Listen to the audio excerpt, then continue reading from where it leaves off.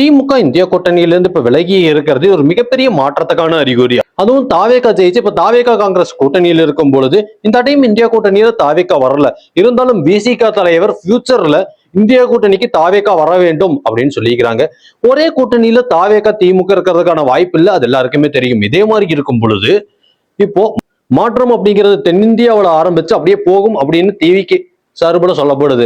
அப்படி சொல்லும் பொழுது அந்த மாற்றம் அப்படிங்கிறது பிஜேபியை விலக்கிட்டு இந்தியா ஃபுல்லா போகும் பொழுது தாவேகா விஜய் அவர்களோ இல்ல தாவேகா தொண்டர்கள் நினைக்கிற மாதிரி இனி போக போக ஒரு சில வருடங்கள் கழித்து PM விஜய் அப்படின்னு கூட சொல்றதுக்கான வாய்ப்பு இருக்கு. இது இப்பொழுது சொல்றதுக்கும் கேட்கறதுக்கும் கூட பாசிபிள் இல்லை அப்படிங்கிற மாதிரி இருக்கலாம். இருந்தாலும் கூட விஜய் அவர்களுக்கு இருக்கிற ஃபேன் பேஸ் ரொம்ப ஆழமானது. அதே மாதிரி ஸ்ட்ராட்டஜி அப்படிங்கிறது சிம்பிள் ஸ்ட்ராட்டஜி தான் அவர் வச்சிருக்கிறாரு, ஆனா மிகப்பெரிய சக்தியானது.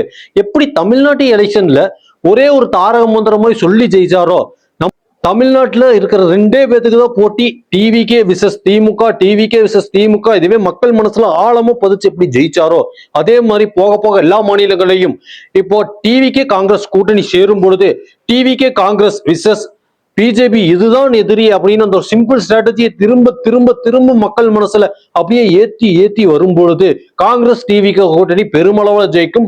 டிவிக்கு விஜய் அவர்களுக்கு எதிர்பார்த்த ஒரு சில பவர் கிடைக்கிறதுக்கான வாய்ப்பு இருக்கு. அந்த மாநிலங்கள்ல விஜய் அப்படிங்கிறவருக்கான ஃபேன் பேஸ் ஆல்ரெடி எல்லா மாநிலங்களையும் இருக்கு.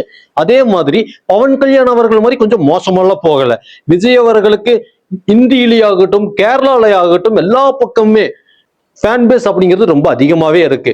அப்படி இருக்கும் பொழுது காங்கிரஸ் ஆட்சி செய்யற எல்லா மாநிலத்திலையும் தாவேகாவுக்கு வரவேற்பு கிடைக்கும். அதே மாதிரி இவர்கள் இருவரும் சேரும் பொழுது பிஜேபியை தோற்கடிக்கிறது என்ன சாத்தியம் இல்லாதது அப்படின்னு நினைக்கிறீங்களா?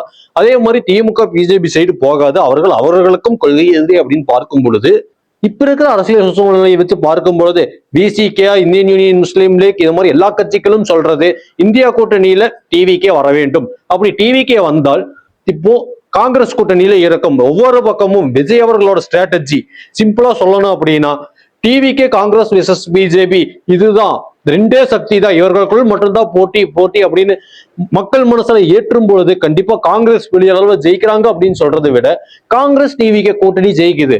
அப்படி ஜெயிக்கும் பொழுது ஒரு மாநிலத்துல இவர்கள் இருவருக்கும் இருக்கிற அந்த சக்தி அதிகமாயிட்டே போகும். என்னதான் தமிழ்நாட்டுல தாவேகாவுக்கு அதிக செல்வாக்கு இருக்குது, ஜெயிச்சுட்டாங்க. ஆனா போக போக காங்கிரஸ் தாவேகா சேரும் பொழுது அதிக சப்போர்ட் கிடைக்கும் பொழுது காங்கிரஸ் ஜெயிச்சாலும் அது காங்கிரஸ் தாவேகா கூட்டணியா தான் இருக்கும். அது மட்டும் இல்லாம ஆல்ரெடி சொன்ன மாதிரி தாவேகா விஜய் அவர்களுக்கு இருக்கிற அந்த இன்ஃபுளுயன்ஸ் அந்த மக்கள் செல்வாழ்வுக்கு இருக்கும் பொழுது ஏன் வர PM எலெக்ஷன்ல விஜய் அவர்கள் PM ஆவார் அப்படின்னு சொல்ற மாதிரி இல்லை. இருந்தாலும் கூட இன்னும் 10 வருடங்கள் கழித்து 15 வருடங்கள் கழித்து ஏன் PM ஆகிறதுக்கான வாய்ப்பு இல்லை?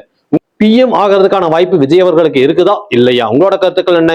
இது உங்கள் கடைசி தீக்குச்சி மனோஜ் காளிமுத்து.